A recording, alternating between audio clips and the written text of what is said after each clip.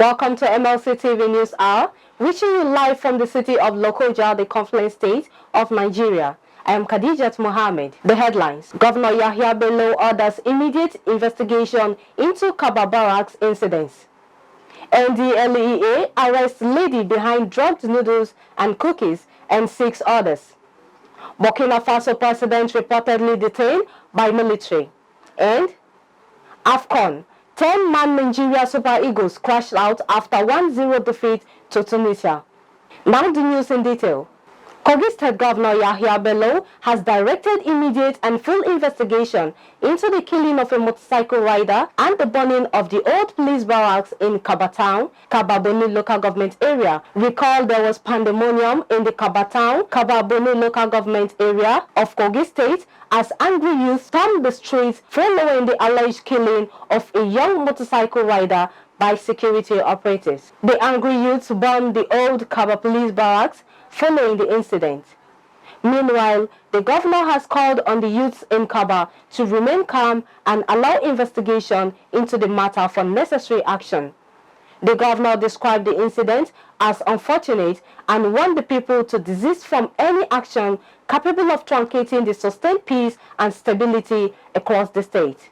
Governor Bello said the government and the security authorities would not tolerate any act of recklessness capable of disrupting the hard-earned peace in the state, noting that the circumstances of the killing of the cyclist will be unraveled and the culprit made to face the full wrath of the law. He therefore directed that the Commissioner of Police, Kogi State Command, should investigate and punish the police officer involved in the alleged killing of the defenseless young man. The head of service of Kogi State, Hannah Odio, has called on organized labor in Kogi not to jeopardize the ongoing government's efforts on the new minimum wage implementation with unfounded allegations and insinuations that are far from the truth. Odio, who wrote a rejoinder to the press statement earlier, credited to the Kogi State chairman of the Nigeria Labour Congress, Onu Edoka, where he erroneously criticized the government over the implementation process of the new minimum wage. She said the report of the committee, which is known to the organized labor, was submitted by the committee to the governor late 2021. Where same is currently receiving governor's attention. She said it is, however, surprising to hear about press release credited to the labor movement issuing ultimatum to government on the same matter they are totally aware of. She said it is false to say the committee have become stale or inactive, as was insinuated by the press statement. She hereby reiterated that the welfare of workers remains a priority to the government. She pleaded that the truth should be told at all times so as to maintain the harmonious relationship between the organized labor and the state government. She said, "A little more patience is what is needed so that the efforts that had been put into the negotiation process by both parties so far will not be jeopardized." Osun State Governor Adeboyega Oyetola has said he has given priority to education to enable younger generations of scholars in the state to be relevant in the knowledge and technology-driven world. Oyetola said this in Osogbo, the state capital, at the inauguration of the ultra-modern borehole donated by the class of 84 of Anglican Commercial Grammar School, Osogbo. The governor, who was represented by his special advisor on education, Jamiu Olaomi, also said the children, through the education provided by the government, would be able to compete globally and contribute to the development of the state and the nation in the future. He said since assuming office, his administration had embarked on various projects to improve quality of infrastructure available in public schools.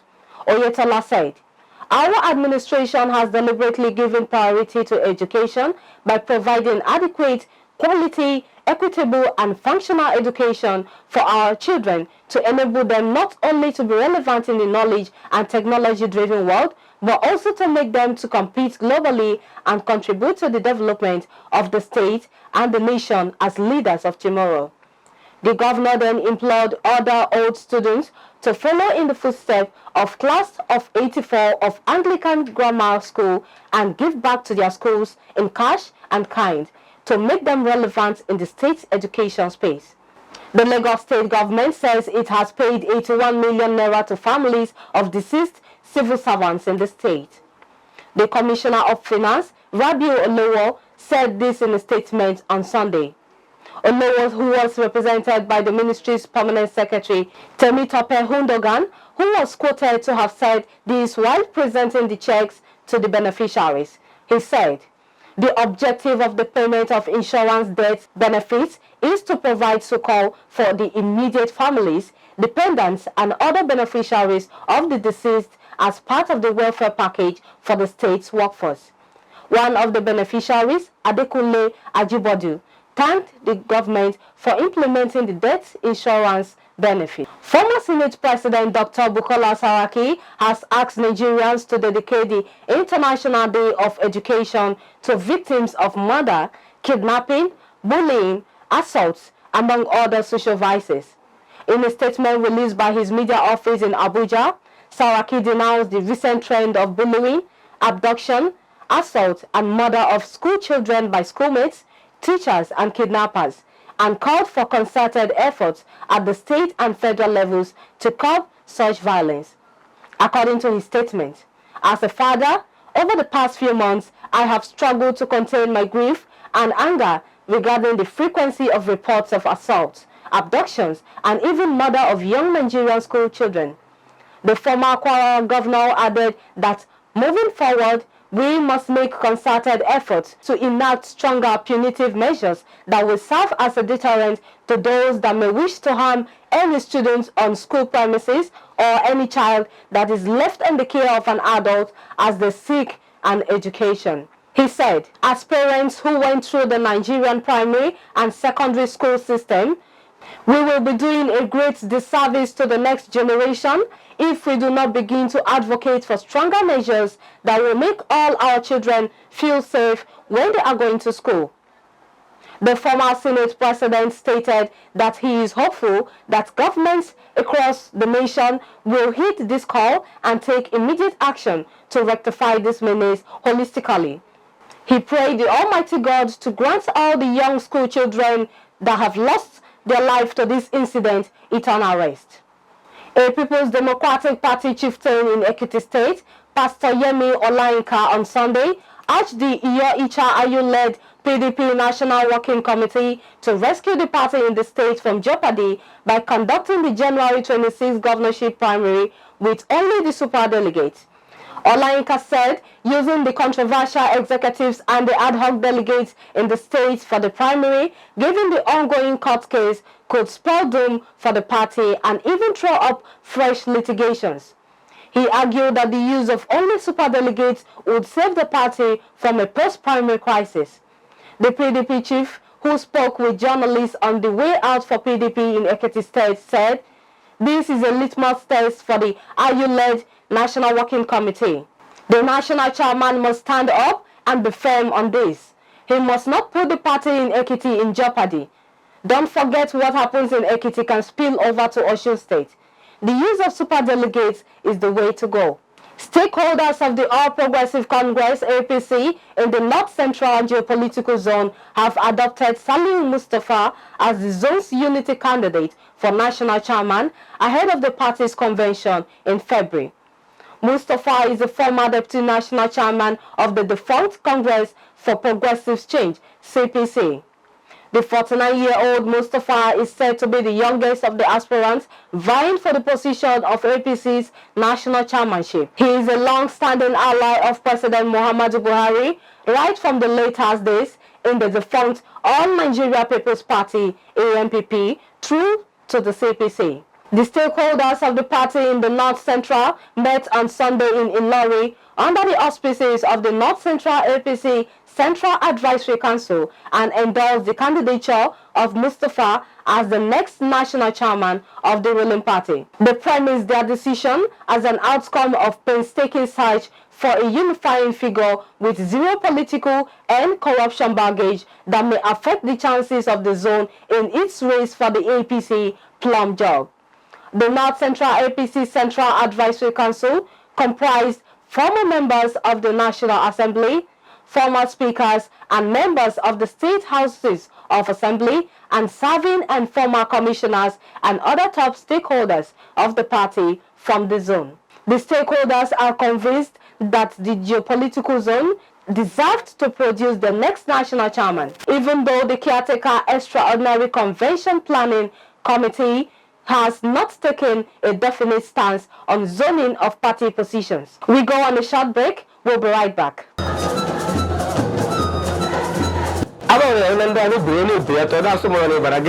MLC TV.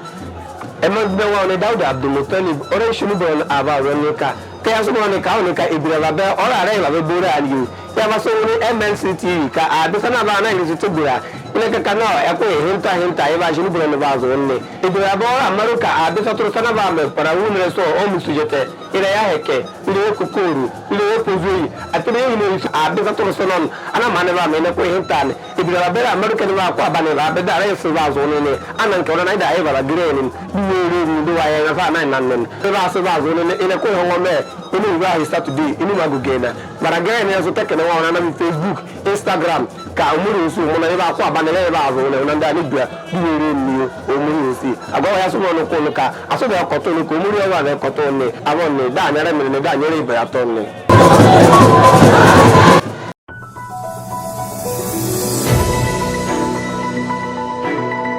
Mlc TV Online is here. For your timely and reliable news that reaches you fast with the breaking news, choose MLC TV.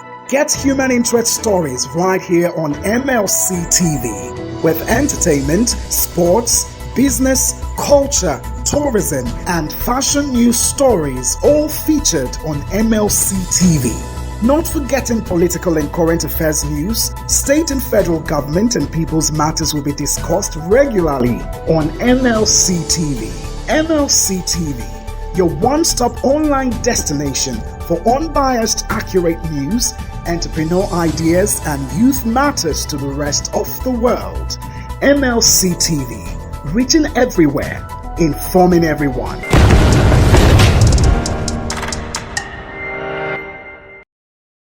Welcome back. Operatives of the National Drug Law Enforcement Agency, NDLEA, have exposed the lady Rachel Famieso, who is behind drugged noodles and cookies in Abuja. Following credible intelligence, operatives of the agency raided a relaxation center popularly called Garden in Abuja, arrested Rachel, 29 years old, and 6 other persons for selling drugged cookies and noodles.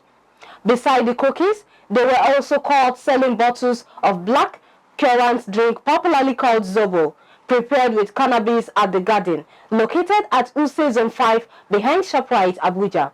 Another business operator in the Garden, Moses Obi, who is 30 years old, was also arrested with a sales girl, Aisha Abdurrahman, who is 19, for selling noodles prepared with cannabis. A barman, Ahonye Jonah, who is 31, who works with the owner of the Garden, was equally arrested, while one of their customers, 38-year-old Ngozi Justina Emelogu, was also picked during the raid. Officers of the FCT command of the agency equally raided the Zubaya market, where a drug leader, Haruna Hassan, was also arrested with 19.3 kg cannabis. Meanwhile, attempts by drug traffickers to export 1.53 kilograms of cocaine hidden inside hair cream to London and another 880 grams of cocaine concealed inside synthetic hair to Jeddah, Saudi Arabia, as well as 3 grams of cocaine and 5 grams of cannabis to Cyprus, packed inside locally made shoes through 2 major courier companies in Lagos, have been foiled by narcotic officers attached to the firms. NDLEA Director of Media and Advocacy, Femi Babafemi, quoted the chairman of the agency, Buba Marwa, as saying that all the suspects would be charged to court after thorough investigations. Now on our foreign news. The president of Burkina Faso, Rak Kabore, has reportedly been detained by 49 soldiers. Some troops in the West African nation have demanded the sacking of military chiefs and more resources to fight Islamist militants. Gunfire had been heard overnight near the presidential palace and at barracks in the capital, Ouagadougou. The government, however, denied suggestions of a military coup or that the president was under arrest. President KABBA was detained at a military camp by multi-armed soldiers, foreign media reports say. Soldiers also surrounded the state television headquarters. Hundreds of people have come out in support of the soldiers despite a government-imposed curfew. Some of them set fire to the ruling party's headquarters. The United Kingdom has begun to withdraw staff from the British embassy in Ukraine amidst warnings of a Russian invasion. Officials said there has been no specific threat to British diplomats, but about half of the staff working in Kiev will return to the UK. It comes as the US ordered the relatives of its embassy staff to leave Ukraine, saying a Russian invasion could come at any time.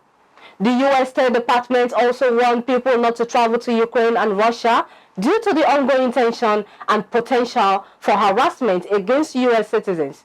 However, the move is a precautionary one and nothing specific is thought to have occurred in the past 24 hours to have triggered the decision. Non-essential US embassy staff have also been told they can leave, and US citizens have been urged to do the same. The US has stressed that it is not an evacuation, but the State Department told the AFP agencies that if there was a Russian invasion, it will not be in a position to evacuate US citizens. The European Union will not be doing the same at the moment. EU Security Policy Chief Joseph Borrell said he will not dramatize the tensions. The head of the Military Defense Alliance, NATO, has warned there is a risk of fresh conflict in Europe after an estimated 100,000 Russian troops amassed on the border. On Sunday, the UK Foreign Office accused Putin of planning to install a pro-Moscow figure to lead Ukraine's government. The man named by the UK Foreign Office, former Ukrainian MP Yevhen Murayev, called the claims stupid in an interview with Reuters. On sports, let's join Jonah Malik for update.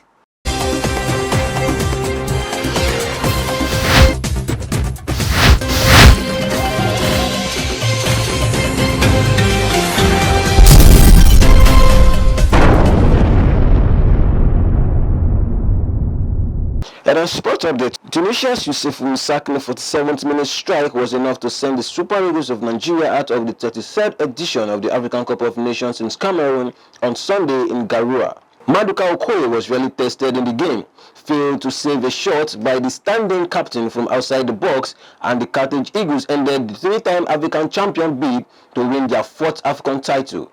Nigeria almost took the lead in the 17th minute after Samuel Chukwueze crossed with the outside of his boot, but Taiwo Awoniyi couldn't connect with his flying header. Kelechi Iheanacho was shown the first yellow card of the game by Senegalese referee Marguerite Idaya in the 20th minute after he was adjudged to have elbowed an opponent. The Tunisian got the second half underway and got the lead just 2 minutes of the restart. Sakni unleashed a fierce shot after dribbling past Olaina, with Okoye failing to save the shot. Nigeria's misplay was compounded after Alex Iwobi was shown a straight red card just few minutes after his introduction. Omar almost put Nigeria on level in the 90th minute but could not connect well with a fine pass from Aina and missed target by inches. Earlier, Burkina Faso edged out Gabon via penalty shootout after playing 120 minutes at stalemate. Burkina Faso will now play Tunisia in the quarter-final. Meanwhile, Guinea will slug it out with Gambia while Cameroon and Comoros meet in the second match of the day.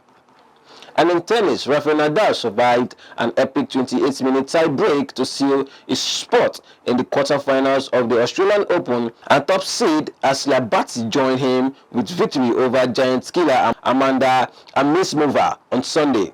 Nadal will now face Canada's 14th seed Denis Shapovalov after he stunned 3rd seed and Olympic champion Alexander Zverev, who said everything went wrong. Nadal, who is chasing men's record 21st Grand Slam title, was pushed all the way by Adrian Amiro in an 81-minute first set before breaking the Frenchman's resolve in a 7-6, 16-14, 6-2 victory. The Spaniard, who dropped a set for the first time in the tournament before powering past Russian Karen Khachanov in the previous round, will now face Shapovalov in the last 8. The 23-year-old Capovalo, who caught COVID before the slam and was not sure he would play in Melbourne, left Zverev still searching for his first major title after convincingly beating him 6-3, 7-6, 7-5, 6-3. In the women's draw, home hope and world number 1 Batty trailed the crowd by defeating 60th round Amenisova 6-4, 6-3. The Australian faces another American, Jessica Pegula, in the last 8.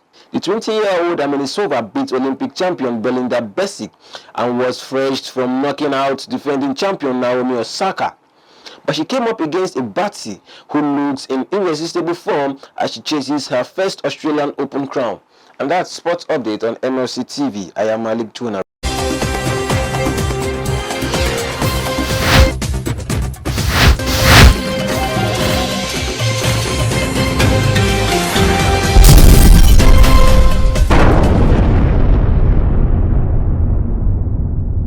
Thank you, Jonah. And on entertainment, let's join Matthias Ayodeji.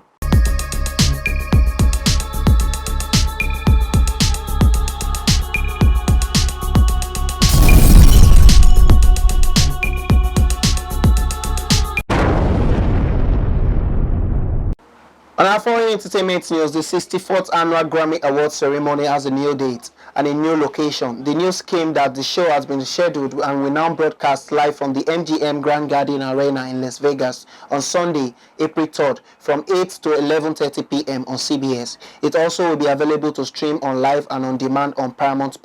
It is the first time the show will take place in Vegas. The show was postponed earlier this month amid the Omicron surge from its original date of January 31st. It was scheduled to take place at the Crypto.com Arena, formerly known as the Staples Center in Los Angeles. Trevor Noah is still set to return as host. Additional details about the date and location of other Grammy events include the Grammy Awards premiere ceremony, Music Cares Person of the Year, and the pre-Grammy Gala will be announced soon. The news came via a joint announcement from the Recording Academy, CBS and CMT. As a result of the Grammy date change, the CMT Awards will now move from its initial scheduled date of April 3rd to a later date in April. This year will mark the first time the CMT Awards will air on CBS. A slew of events has been cancelled or postponed due to the surge of COVID-19 cases spurred by the Omicron variant. The Coachella, Critics' Choice Awards, the Governor's Award and the AFI Awards were among the ceremonies affected. In addition, BAFTA's Tea Party has been cancelled as many premier events have. From Africa, Wizkid, Tiwa Savage, Fireboy and Omale are the latest Nigerian acts to be nominated for the National Association for Advancement of Colored People, NAACP, awards that recognize excellence in black people across several entertainment categories around the world. Nigerian musicians have been nominated in the NAACP Image Awards in Outstanding International Song category for their impressive efforts during the last year. Wizkid was recognized for his song Essence that featured Justin Bieber and Thames.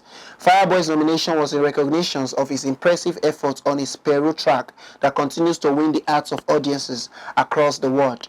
Tiwa Savage won a nomination with a Somebody's Son song that featured American artist Brandy, while Omale won his nomination for his Understand hit song.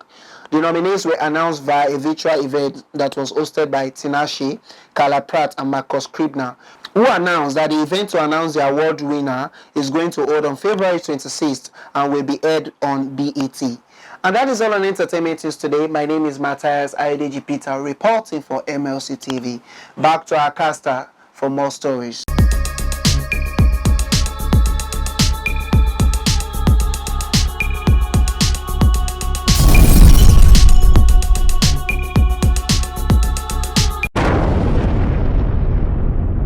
Thank you, Matthias.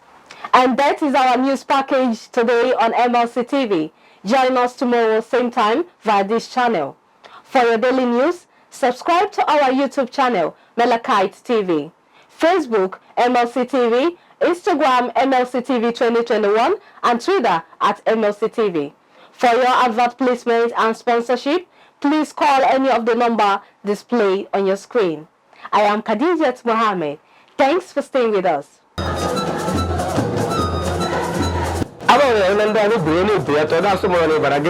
MLC TV.